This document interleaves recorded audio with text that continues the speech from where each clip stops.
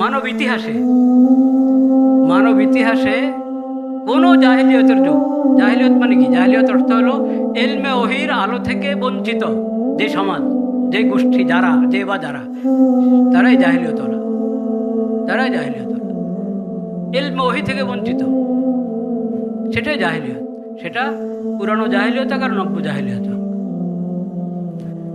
তো কোনো জাহিলিয়তের যুগে নারীরা এত মজলুম হয় নাই যত মজলুম এই নব্য জাহিলিয়তের যুগে হয়েছে। এটা একটা বাস্তবতা। কিন্তু এই জুলুম হলো সূক্ষ্ম জুলুম। পশ্চিমাদের জুলুম হলো ওমা বাতান, মা জাহারা মিনহা ওমা বাতান, মা বাতানা, সূক্ষ্ম জুলুম। আর এখানে আমাদেরকে যেটা বেশি ব্যথিত করেছে, যেটার জন্য আমরা স্থূল জুলুম, যৌন জুলুমের থেকেই নাজাত দেওয়া জরুরি মেয়েদেরকে, নারীদেরকে। স্থূল জুলুম এসব জুলুমের এলাজের জন্যই ইনসাফ ফাউন্ডেশন, ইনশাআল্লাহ আল্লাহ তাআলা, এটা তো মাত্র এখন শুরুর আন্দাজটাও আমরা প্রবন্ধ থেকে এবং মৌলানা আব্দুল গফার সাহেবের বয়ান থেকে, সভাপতি সাহেবের বয়ান থেকে কিছু আন্দাজ করেছি। আল্লাহর রহমতে ইনশাআল্লাহ আমরা অনেক উজ্জ্বল ভবিষ্যতের আশা করি ইনশাআল্লাহ। তো ও কথাটা আমার পুরো হয় না। আমি বলতেছিলাম ইসলাম তো শিখা হলো আতি কুল্লি হাক্কিন হাক্কাহু, আতি কুল্লি হাক্কিন হাক্কাহু। এটা তথাকথিত এই জাহিলি সভ্যতা, পুরানো জাহিলি সভ্যতা হোক আর নতুন জাহিলি সভ্যতা হোক, তাদের মতো না, একতরফা কথা বলবে, একতরফা কথা, মানে একদিকের কথা। আপনার নারীর অধিকার, পুরুষ কি জোর করছে? পুরুষের অধিকার নেই। শ্রমিকের অধিকার, মালিক কি দোষ করছে? মালিকের অধিকার নেই। খুব দেখবেন আপনি, অধিকার কিন্তু সবার আছে। আল্লাহর মাখলুক, মানুষের মধ্যে যত শ্রেণী, যত স্তর, সবার হক দিয়েছে আল্লাহ তাআলা। নবী করিম সাল্লাল্লাহু আলাইহি ওয়াসাল্লামের শিক্ষা হলো আতি কুল্লি হাক্কিন হাক্কাহু, প্রত্যেক হকওয়ালাকে তার হক দাও, দেওয়ার ব্যবস্থা করো, চিন্তা করো, ফিকির করো, মেহনত করো। তো এটা তো একটা নারীর অধিকার প্রতিষ্ঠার জন্য এই সংস্থা। এরকম আরও যেখানে যেখানে যত বিষয় অধিকার, ছাত্রদের অধিকার, কওমি মাদ্রাসার ছাত্র বলেন আর মাদ্রাসার ছাত্র বলেন, ছাত্রদের অধিকার, ছাত্রীদের অধিকার, অনেক অধিকার ক্ষুণ্ণ হচ্ছে, অধিকার থেকে বঞ্চিত হচ্ছে। কিভাবে? অনেকভাবে। আমি একটা শুধু বলি, যেটা হয়তো আমার মুখে শুনলে আপনাদের কাছে তাজ্জুব লাগতে পারে। সেটা হলো যে ছাত্রদেরকে যে রাজনীতিতে ব্যবহার করা হয়, এটা ছাত্রদের উপরে জুলুম। কলেজ ভার্সিটির ছাত্রদেরকে রাজনীতিতে ব্যবহার করা হয় না? হ্যাঁ, প্রত্যেক দলের ছাত্রদল আছে, প্রত্যেক দলের ছাত্রদল। কেন? এটা জুলুম, এটা জুলুম। এমনকি এই ইসলামী দলগুলোর মধ্যে তারা ছাত্রদেরকে, মাদ্রাসার ছাত্রদেরকে ব্যবহার করে অনেক ক্ষেত্রে। অন্যায় এটা। ঠিক যত রাজনৈতিক দল আছে, জেনারেলগুলো, তারা ছাত্রদেরকে, কলেজ ভার্সিটির স্কুলের ছাত্রদেরকে যে ব্যবহার করছে, এটা তাদের উপরে জুলুম।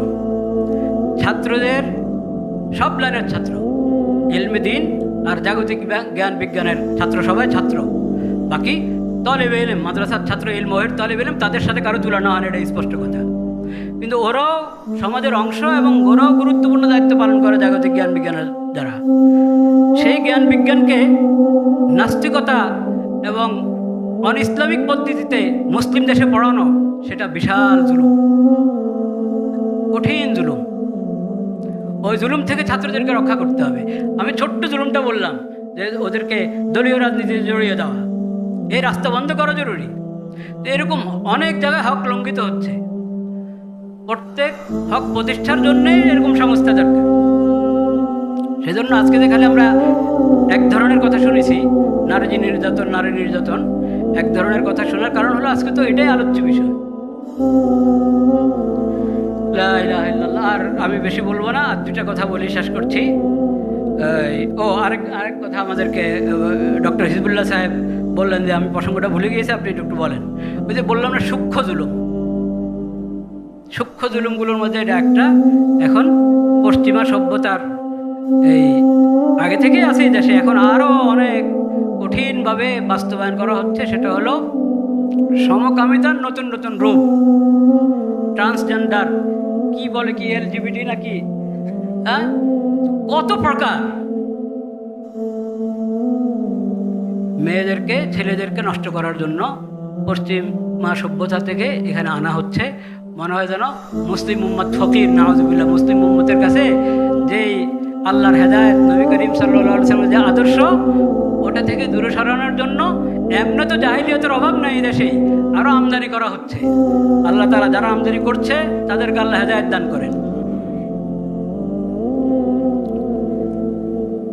সময়ের চান্দা দিতে হবে, সময়ের চান্দা, যেটা এই দুই মুরব্বী বলে গিয়েছেন, বিশেষ করে ডক্টর লুৎফুল কবির সাহেব বলেছেন, সময়ের চান্দা দিতে হবে সবাইকে।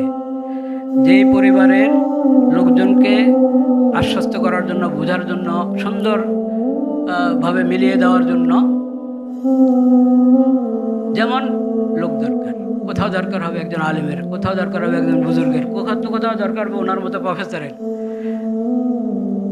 যেখানে যার দরকার সেখানে এই সময় পেশ করার জন্য একটা তালিকা থাকতে হবে। ইনসাফের দপ্তরে তালিকা থাকবে, বিভিন্ন জনের নাম লেখাবেন যে আমি যদি কারোর সাথে কাউন্সিলিং করতে হয় সেখানে সময় দেওয়ার জন্য আমি প্রস্তুত আছি। এভাবে আবার সেটার জন্য নিজেকেও প্রস্তুতি গ্রহণ করতে হবে। আমি যে সময় দিব ওই সময়টা কিভাবে কাজে লাগাবো, আমি কিভাবে পেশ করব দিনের দাওয়াতটা, মুসালাহাতের দাওয়াতটা। উম্মুল মুমিনিন আয়েশা রাদিয়াল্লাহু তাআলা বলে গেছেন, মুসালাহাত মিলিয়ে দেওয়া, মনগুলো মিলিয়ে দেওয়া, মন যখন আলাদা হয়ে যায়, দুইমুখী হয়ে যায়, হ্যাঁ, এক মনকে আরেক মনের মুখী করে দেওয়া, মিলিয়ে দেওয়া, এটা অনেক বড় ইবাদত। কিন্তু এটার ব্যাপারে আমাদের মধ্যে অবহেলা পাওয়া যায়। আয়েশা রাদিয়াল্লাহু তাআলা বলে গেছেন এই কথা। তাই ওটার জন্য সময়ের চান্দা চাচ্ছি আমি। আর একটা হলো, এই প্রবন্ধে একটা হাদিস ছিল, আমার মনে হয় ওটা সনদে একটু দুর্বলতা, সনদের সব দুর্বলতার কারণে বর্ণনা জয়ীফ হয় না। তো সনদের কোনো দুর্বলতার কারণে ওখানে তো উলুমুল হাদিসের হুজুররা আছেন, জামিয়াতুল উলুম, ওনারাকে হয়তো হজম করে দিয়েছেন কিনা রেওয়ায়াতটা। সেখানে বলা হয়েছে নবী করিম সাল্লাল্লাহু আলাইহি সাল্লাম বলেছেন যে জিবরিল আলাইহিস সালাম আমাকে বারবার সতর্ক করেছেন, ওসিয়ত করেছেন, তাম্বি করেছেন, হাত্তা জানান্তু আন্নাহু সাইয়ুহারিমুত তালাক। জারের ব্যাপারে তো হাদিস আছে মশহুর, ওটা সহিহ হাদিস, সবাই জানে, সহিহ সনদ প্রসিদ্ধ প্রতিবেশীর ব্যাপারে। কিন্তু এটা কম আলোচিত বা অনালোচিত। এত বলেছেন জিবরিল আলাইহিস সালাম আমাকে যে স্ত্রীদের প্রতি, নারীদের প্রতি যত্নবান হও, যত্নবান মানে রাসূলুল্লাহ সাল্লাল্লাহু আলাইহি ওয়াসাল্লাম যত্নবান আছে না 100 ভাগের 100 ভাগ, সবাইকে যত্নবান হওয়ার জন্য বলতে থাকা। এমনকি আমার মনে হলো কি তালাককে নিষেধ করে দেওয়া হয় নাকি, এর মানে তালাক নিষেধ হয়ে গেছে? তা না, নিষেধ হয় নাই। যেরকম প্রতিবেশীকে তো আর ওয়ারিস বানানো হয় নাই, ওয়ারিস না সে, মানে উত্তরাধিকার ওয়ারিস না। এটা অনেক গুরুত্বপূর্ণ বিষয়। ওই হাদিস তো আমরা সবাই শুনেছি, যে আবু গাজুল হালালি ইলাল্লাহি আত-তালাক। হ্যাঁ, হালালের মধ্যে আল্লাহর কাছে সবচেয়ে অপছন্দ হলো কি? তালাক। তালাক হালাল, কিন্তু সবচেয়ে অপছন্দ এটা আল্লাহর কাছে। এই যে হালাল, কখন হালাল?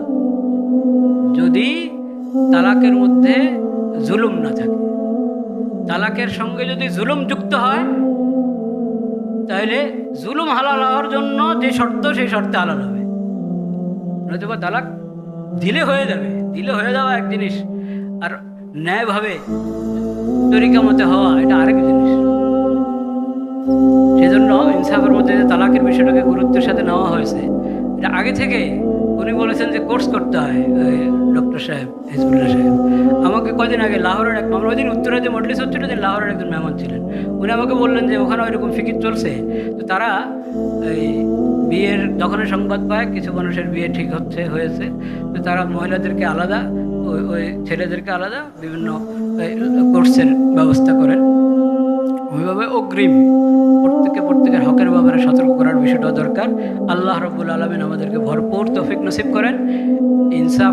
ইনসাফি সংস্থাকে আল্লাহ তাআলা কিয়ামত পর্যন্ত জন্য প্রতিষ্ঠিত রাখেন এবং মুফিদ থেকে মুফিদ, নাফে থেকে নাফে বানান, এবং সমাজে আরও যা দরকার এই ধরনের যত ক্ষেত্রে ইনসাফ প্রতিষ্ঠার দরকার, অভাব আছে ইনসাফের, সেসব কাজের জন্য সবাইকে আল্লাহ তৌফিক দান করেন।